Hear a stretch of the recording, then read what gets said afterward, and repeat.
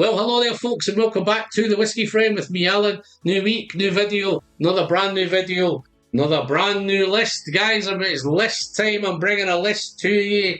These are going to be five whiskies that everybody should, in my opinion, try in 2026. I'm pretty sure if you get to try these whiskies and you're able to pick them up, I'm pretty sure you will pick them up. So I'm going to give you, and these are purely one man's opinion, these are the kind of five whiskies that I've kind of gravitated to in the very, very early part of 2026. So without any further ado, guys, I'm going to dive into them. I'm going to share them with you. So I'm going to head to the wonderful Thompson Brothers. This is the wonderful Sutherland. This is the Sutherland blended malt Scotch whisky. Absolutely wonderful. So this is a combination. This is the 2025 edition. I did pick it up in 2026, and I'll tell you the reason why for that. It was blended in June 2025, and it was only released in February 2026. So yeah, so it's got 2025 on the bottle, but it is a 2026 release. So I managed to pick up a couple of these. I have a tasting planned for the back end of next month. This is one of the characters in that tasting. I'm really looking forward to see how that performs in a tasting group, having some whiskies drunk side by side along with it. I've had a wee initial taste of it. It's lovely and smooth, and it has that wonderful kind of Klein Leash vibe going on with that wonderful contribution from Dornoch. So yeah, Dornoch's that kind of unusual whiskey. It's got that unusual characteristic, and I think it blends wonderfully with this Sutherland blend. I have picked a couple of these up in the past. None of them have been disappointing.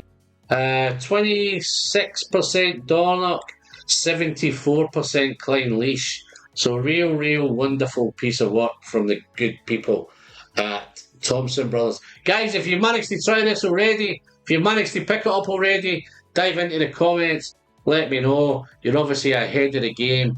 But if you've not got to try, guys, if you're out and about, if you're at festivals, you're at whiskey tastings, you're in whiskey shops and you get the chance to try this, I very highly recommend you get to try this Sutherland. That's the first one, guys. Where do we go next? So we're going to go to another. This is another Highland blended malt. This is from the good people at the North Star Spirits. And this is the follow-up to the wonderful Campbelltown connection. This is the Highland connection. This is a little bit darker than the other one. And this is a beautiful mix. And it's 6 years old.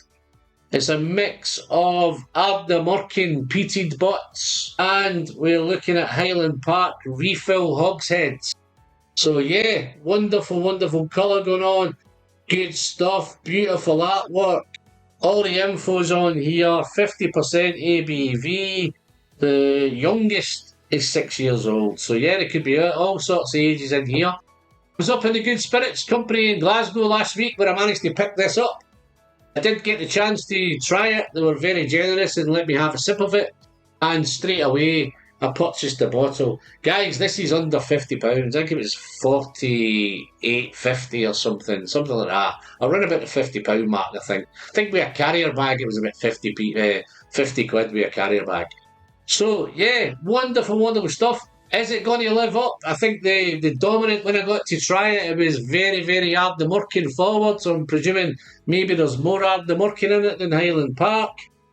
Highland Park wasn't amiss. It had that beautiful floral kind of heather honey vibe. And I think the Highland Park was bringing that. The Ardbeg, the coastal, the Western Highland stuff was coming through on this. Real wonderful piece of work.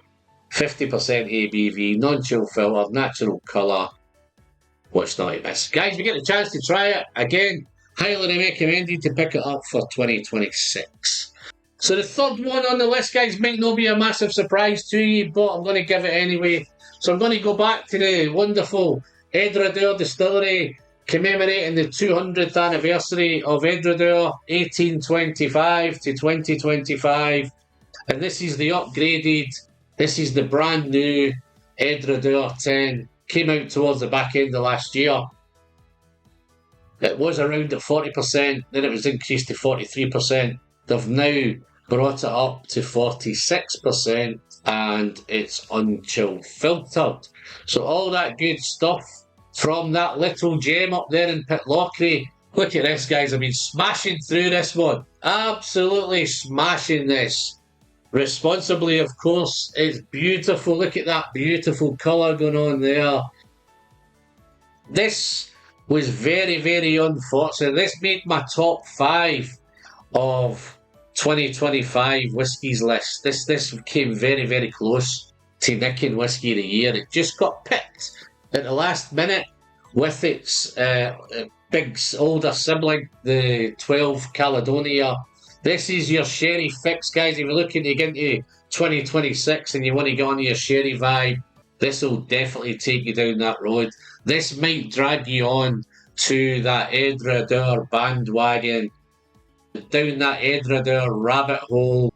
But this is very, very sherried. It is raisins, figs, dates, that nice little bit of dirty sherry stuff going on. Absolutely wonderful. £45. Yes, you heard me right, guys. £45. I've got a whiskey in the glass here, guys, but I'm drying up a wee bit. I might have to take a wee sip of this one. This is one of the ones on the list, but I'll share with you at the end. Cheers, folks.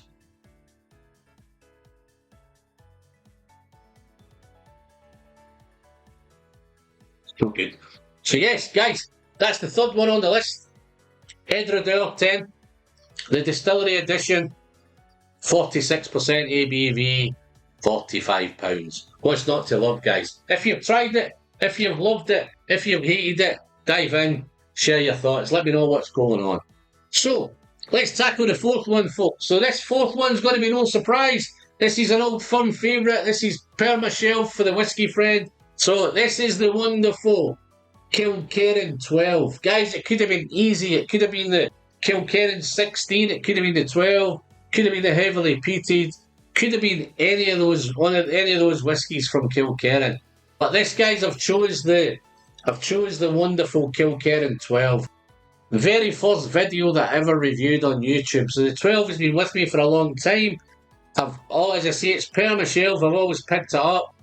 Never really been disappointed. And the great thing with the 12, guys, and why this is on the list and why it's important, is anything from Springbank and Kilkerran and all those kind of J. Mitchell products, they're all pretty much batches.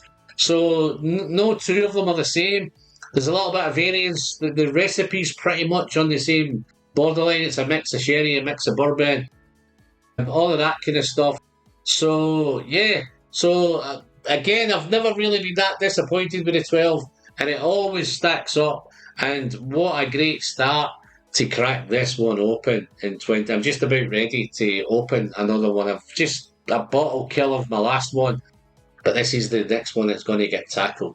So, yeah, guys, Kilkerran 12. Look out for it in 2025. If you pick up a 2024 or a 2023 or a 2022, doesn't make any difference, guys. They're all spectacular.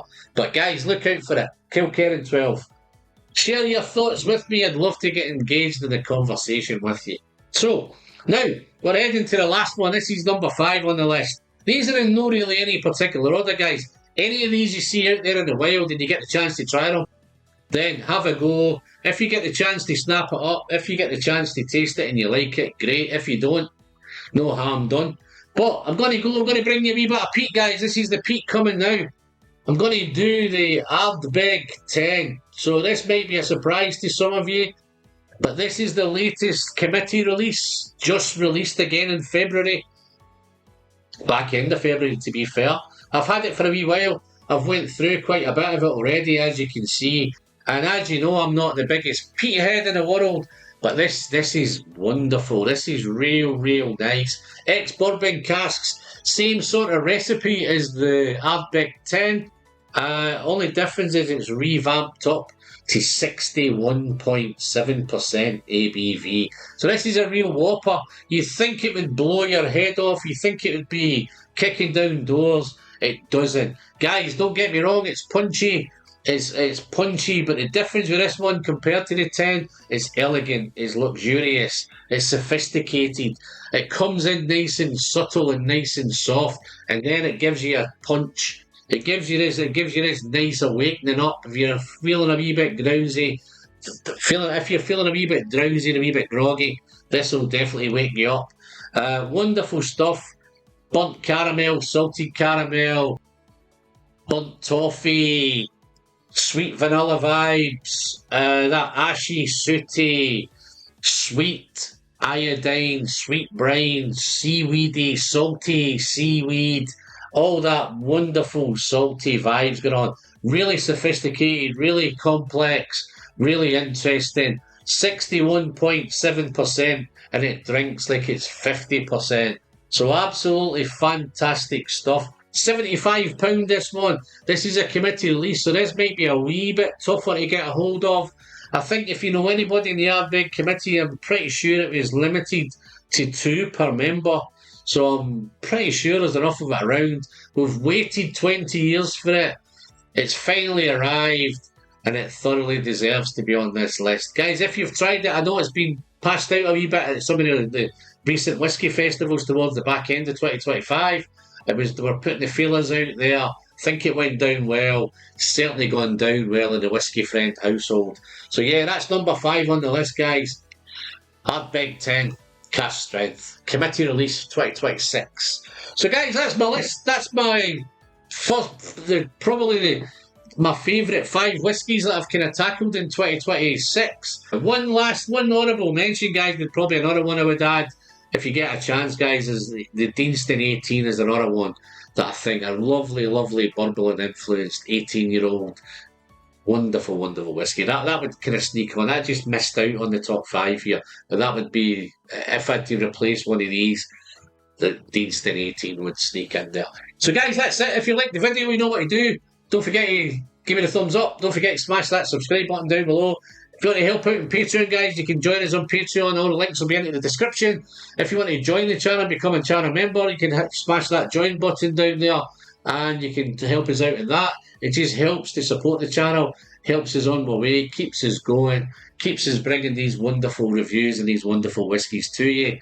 And other than that, I'm Alan. In my glass, it was the wonderful Ardbeg 10. The heat's all over the room now. Let me have a quick sip and then I'll get going.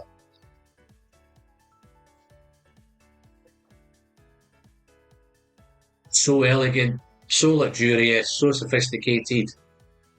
Then comes that big kick in the teeth. So yeah, wonderful, wonderful stuff, guys. If you get to try any of these, dive into the comments, let me know about it. But other than that, guys, I'm Alan. Until next time, as always, the pleasures and the sharing. Don't forget to send some great whiskey, some great new whiskies for 2026 straight in the hatch. Cheers, folks.